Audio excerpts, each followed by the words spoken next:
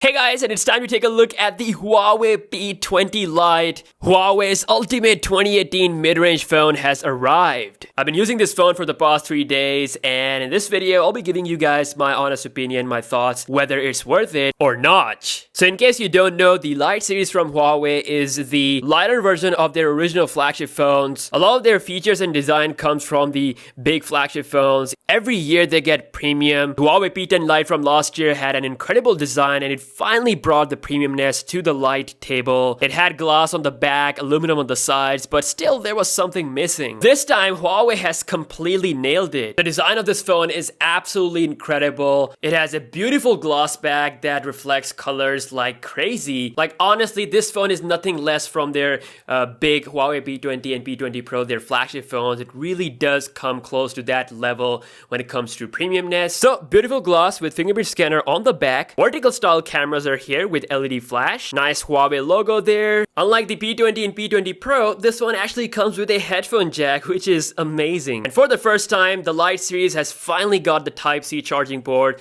and also supports fast charging. And since the fingerprint scanner is on the back, we have a Huawei logo up front. Design-wise, it's absolutely top-notch, and now let's shift our attention to the display, and by that, I mean the notch. Just like other 2018 phones, this phone also follows the notch trend that is going on, thanks to the king of the notch, Apple. I know there are some people who just hate the notch, but then there are those who actually like the notch design. Personally, as I've said before, I don't mind the notch at all. It's just the bottom chin that annoys me a little, which we don't see on the iPhone, but this phone does have bottom chin. But again, that's something that might not affect a lot of people out there, and this is how the phones will be. A lot of phones are going in this direction, and eventually people will have to accept this. And it can actually be a little futuristic. I mean, the display does go all the way on the top. It has 80% something screen to body ratio with this 5.8-inch display. Now, it is a 1080p HD IPS display. The colors are pretty decent when it comes to indoor,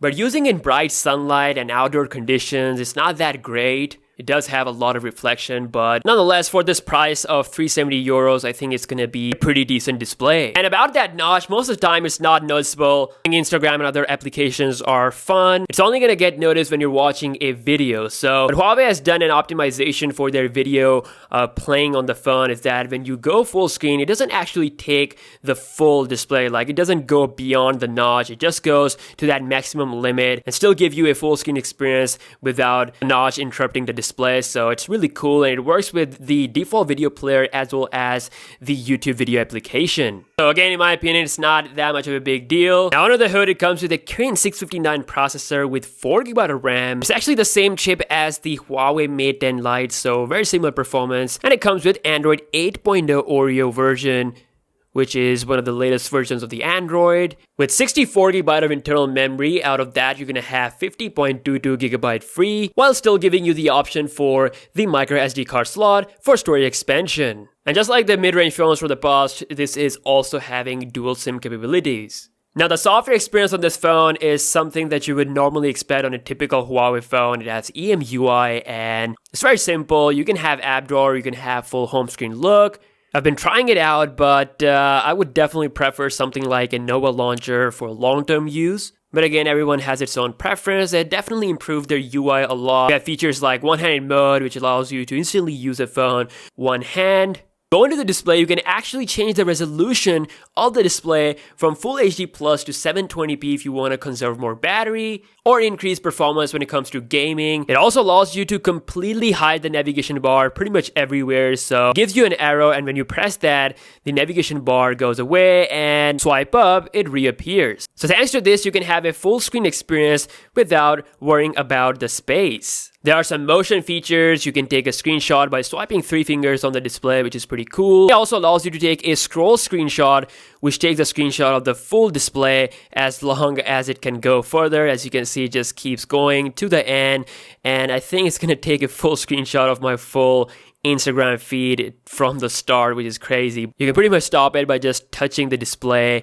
and then it stitches it, and you can see we have a big ass screenshot that goes all the way to the end and looks pretty damn cool. So we got some nice features going on with this phone. Software wise, I think it's gonna be pretty well. Overall, it's a nice software experience with a good processor combination. I've been pretty satisfied with the fingerprint sensor performance as well. It unlocks pretty instantly, and it also comes with the software face unlock, which you can also use if you don't like the fingerprint scanner, but the fingerprint scanner will definitely be a more reliable and secure option. Now let's talk about those cameras. This is a 16 plus 2 megapixel camera combination similar to the Mate 10 Lite, and it takes some decent pictures outdoor and does an okay job in the indoor environment as well. Obviously this camera is not a Leica camera like the Huawei P20 or P20 Pro, so it's just a normal camera. It's a pretty decent one. It has all the features like the portrait mode, wide aperture mode, a couple of AI tricks as well. The front camera is definitely an upgrade over the Mate 10 Lite. Is now bumped to 16 megapixel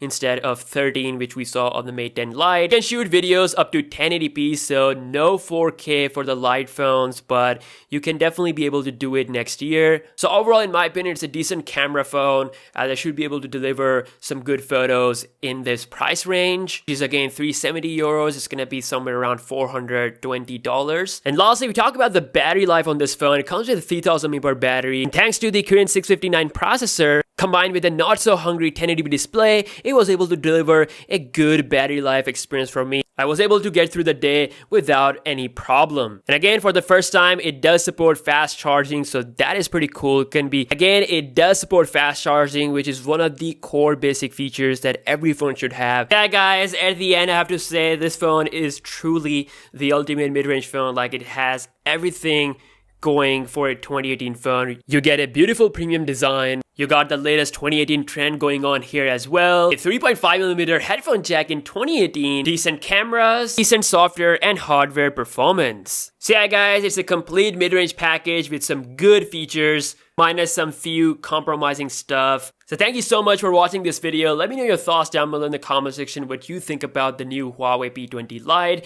And I will be doing a lot more videos, a lot more testing, some speed tests that you guys want to see compared to the previous generation or the latest generation, or some flagship phones like we always do, and see how this mid-range phone will stack up against those. So let me know all the requests in the comment section below, and I will see you guys in the next one. Peace out.